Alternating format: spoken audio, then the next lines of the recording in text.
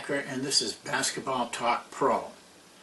Today I want to switch gears a little bit in our approach.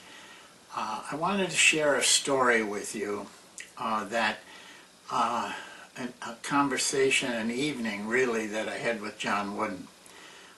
It was in this story there is I think a lot to be gained. And I'm not sure, but I don't think I ever heard John ever tell it in any other venue. I did tell it to a writer one time, and he put it in his book. I don't think John ever spoke about it. Though I didn't hear all his speeches, but I've read most of his books. So I'll give you a brief background on it, though. When John went to UCLA and coached many years there, kind of anonymously, he really was not a highly noticed coach. For one thing, the Pac-10 or the Pac-12 at that time was not considered a real basketball conference. And it was a real football conference. And at UCLA, they had a very dynamic, charismatic football coach that just kind of moved John into the background, where he toiled very diligently for many, many years. And even his practice facility was very poor. It was in the midst of other people practicing. He had no privacy. Noise was a problem. It was not a real healthy situation. But John, after he won his last NCAA championship and retired, went on a speaking tour. He happened to come to the school that I was coaching at the time, West Texas State University. And there was no really place to stay in Canyon, Texas, where the university was. So he had to stay in Amarillo, Texas, which is a very nice little city. And I drove him back. And it was in that drive and the time that followed that we talked. We talked about a number of things, but there was one story that he told me that just stood out. And I hope that it has the same impact on you that it had on me that night and from then on, even to his death.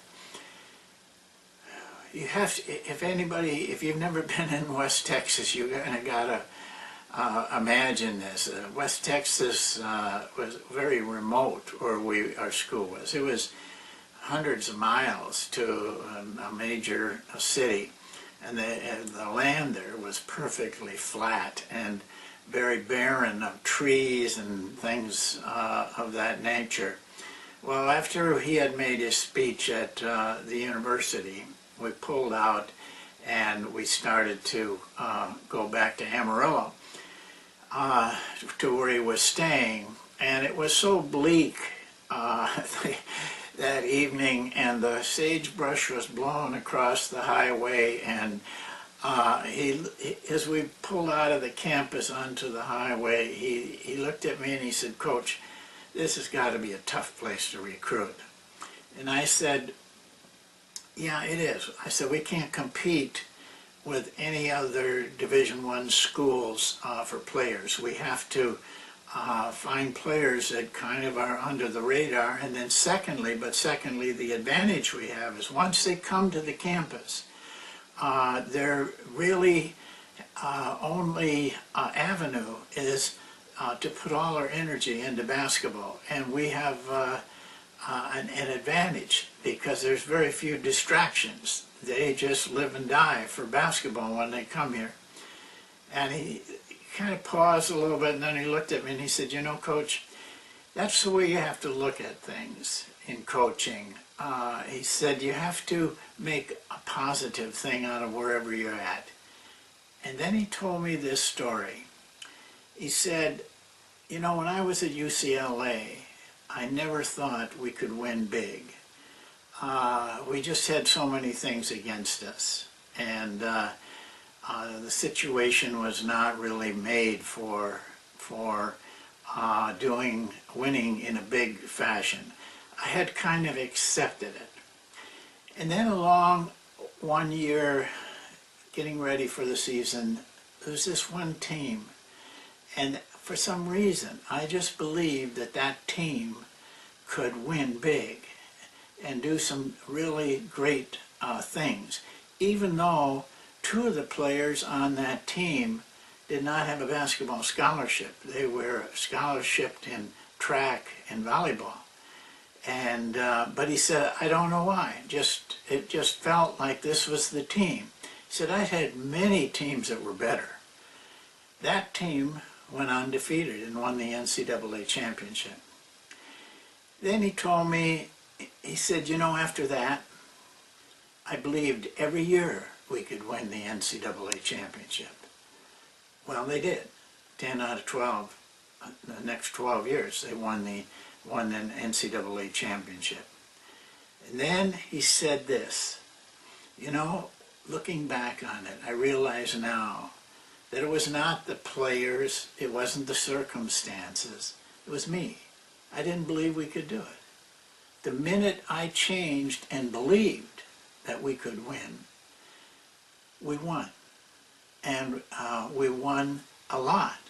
But I was different then. Every year I believed we could win the NCAA championship. So he said, really, all those bleak years was my fault. I just didn't have the right attitude to be a winning coach. Well, I don't know how that affects you, but if you'd have been in that car that night, just the two of us talking, I think you would have been very deeply affected. Here's a man that is probably one of the most outstanding college coaches ever, saying it was his fault, not blaming the players, not blaming the circumstances, which were very bad, but taking the blame because of his attitude. All of us need to think about that. We may spend too much time whining about our situation, and it's easy to walk around saying, I'm positive, I think we're going to win, and the media asks you, oh, we're going to win. But John's feeling was different. It was really deep. It was a feeling, not a conscious effort to be positive. It came from deeper than that. And if all of us could be like that, I think our results would be dramatically different. But John, that night, he realized for the last 12 years, he had changed his attitude. Now, here's one of the greatest coaches who's willing to admit that. I think all of us have to think about that. Well, we'll see you next time, and thanks for listening.